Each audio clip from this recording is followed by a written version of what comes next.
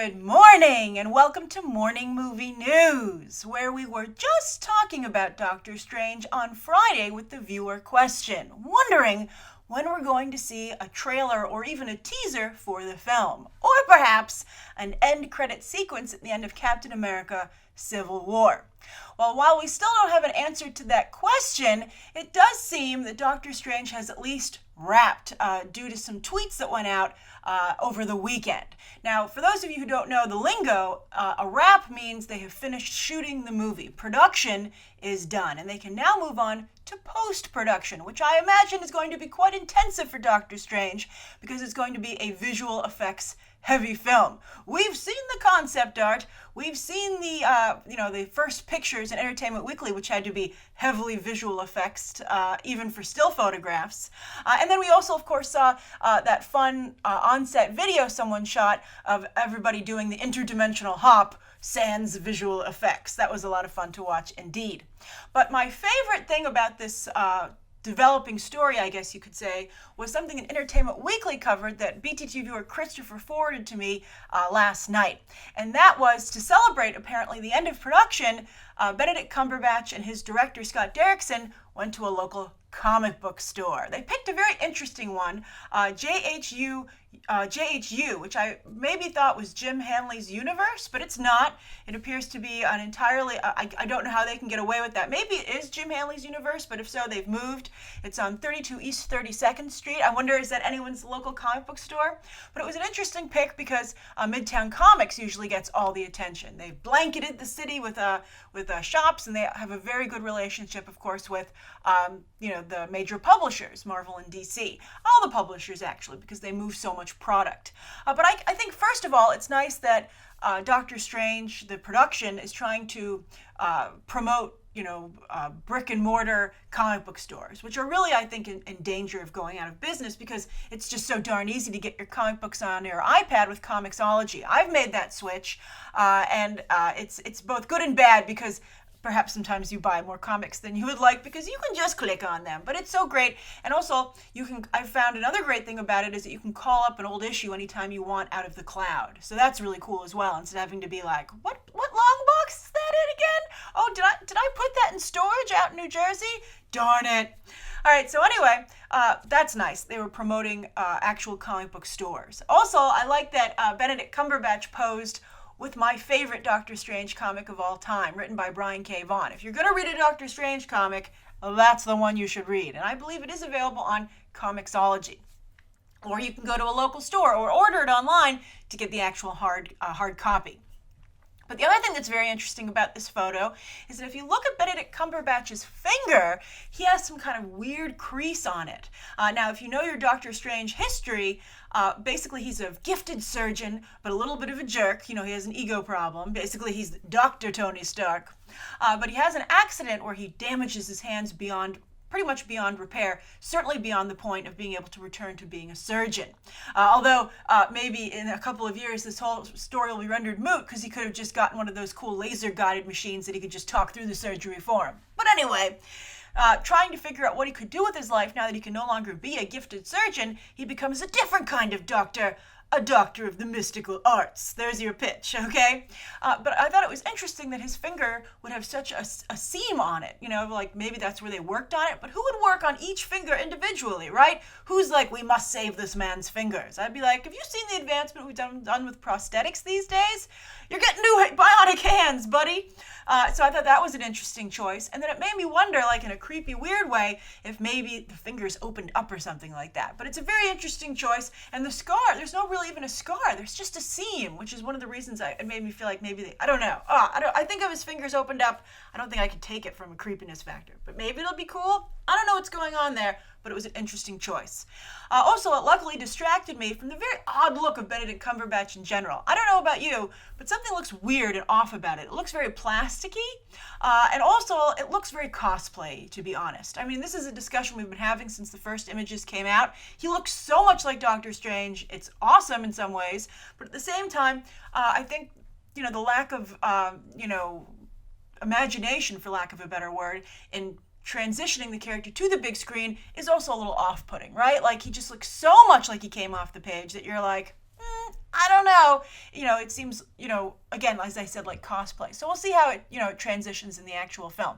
But just in that photo, I'm just like, does he have like prosthetic, cheeks on or something? I don't know. It was weird. It was very bizarre. I don't know. I'd be curious to what you think of the photos as well. And where's Chiwetel Ejiofor or the rest of the cast? Did they want to go to the comic book store? All right. But anyway, I'm curious what do you think of the whole way they handled it. But I thought it was cute. And it does show that Benedict Cumberbatch is a very savvy individual and really in touch with his fans. And I don't know whose idea it was, but I'm not surprised that Benedict Cumberbatch was at least a part of it. All right, so that's the first story of the day.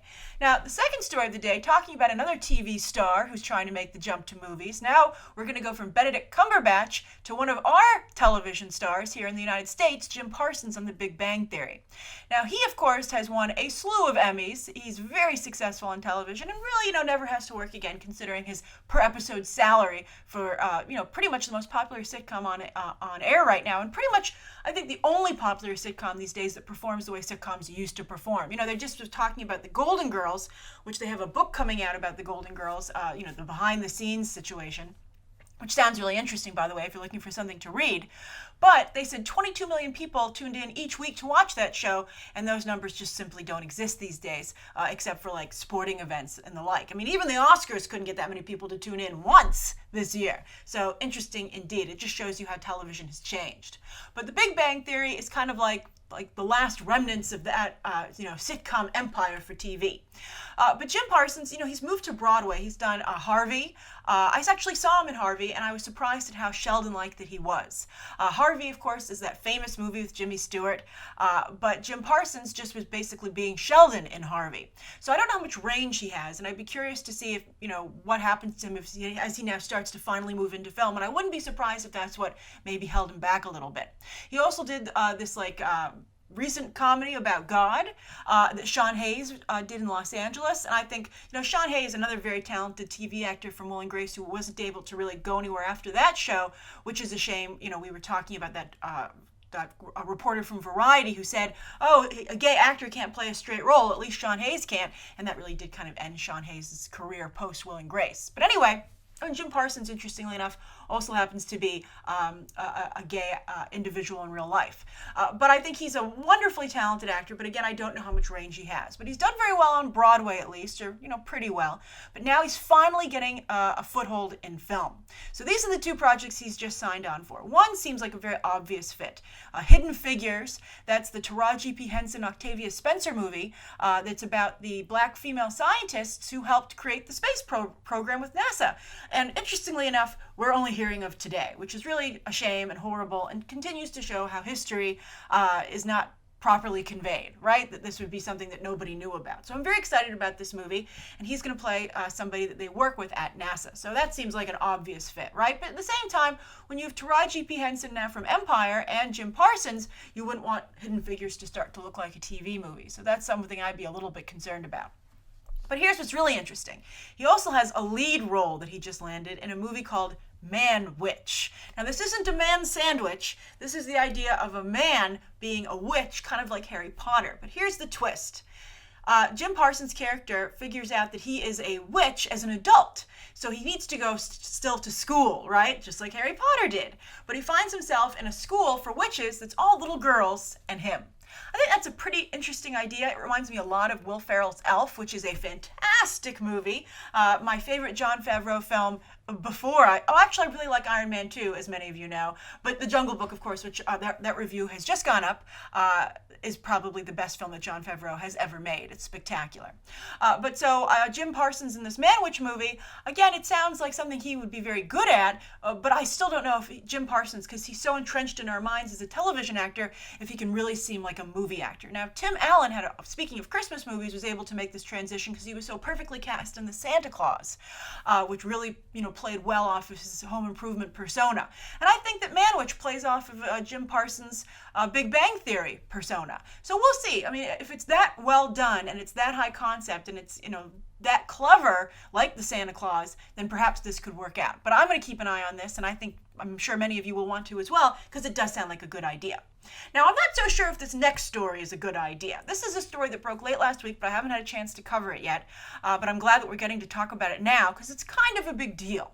So Aaron Sorkin's very busy these days. He's not only about to direct his very first movie, Molly's Game, about this woman running a poker game in Hollywood, but he has been drafted by NBC, who he has a very good relationship, you might recall, with his television shows, to do a live version of A Few Good Men, the play that he initially wrote, which became a movie and really put Aaron Sorkin on the Hollywood map. That made his career. So he's going to revisit that, his very first successful gig for NBC. But what's very interesting to me is that NBC has decided to move their live programming into drama with no musical aspects to it. Now, of course, they got the whole thing started with The Sound of Music, which people hate watched. But they've had mixed results ever since. They had Peter Pan, which I thought was pretty good. Then they also had Oz recently, with Queen Latifah, which I think did pretty well. But still, they were blown away by Fox's Grease recently, which was just an absolutely wonderful experience. If you've not seen Grease live, you really missed out on something amazing. I think you can still watch it. You won't have that live factor, but it's very good. It's worth checking out. Not only for the production itself, but for the technical aspects as well. It's probably one of the best technical productions ever produced on television. It's spectacular. That's the word of the day, spectacular. But anyway, I guess NBC's like, well, we're really losing out on the musical front. Although, and also, of course, Fox is doing Rocky Horror Picture Show next. Maybe Fox is doing a little bit of a better job picking content right now. I don't think that's going to be live, though, actually. But anyway, it's interesting to me that NBC has decided to now move into drama and to do live drama. And I'm curious if any of you are interested in watching a live drama on the air. I mean, they've experimented with live drama before on TV, but I think it's going to be very difficult to compete with some of the amazing drama that's on cable right now, like The People versus O.J. Simpson, The Americans, Better Call Saul. I mean, there's really good television on these days, and A Few Good Men is something that people have seen. Are they going to want to watch it again live, right? Is that really appointment television? I think it's going to depend almost entirely on the cast, if they can get some really big names to do this. But I think that live TV is still defining itself, especially after The Passion, Tyler Perry's live thing for Fox for Easter did not do very well in the ratings. So it's not, live is still something that is not a guaranteed ratings hit for a network. So, and it's a big investment as well. So they have to tread carefully. So I'm curious, how do you feel about the new live television movement? Are you interested in A Few Good Men live? And what do you think of NBC? Do you think they're continuing to be imaginative and a pioneer in the live television movement? Or are they running scared from Fox's success? All right, so those are the three stories of the day. And speaking of comics, let's get back to comics. I have an interesting question from frequent BTT viewer, Tom Wood 555. So Tom says, "Hey Grace, I have a question regarding, I would guess, your favorite subject, comic books. You don't have to answer this on Morning Movie News, but I do need some advice." Surprise! Your question got picked.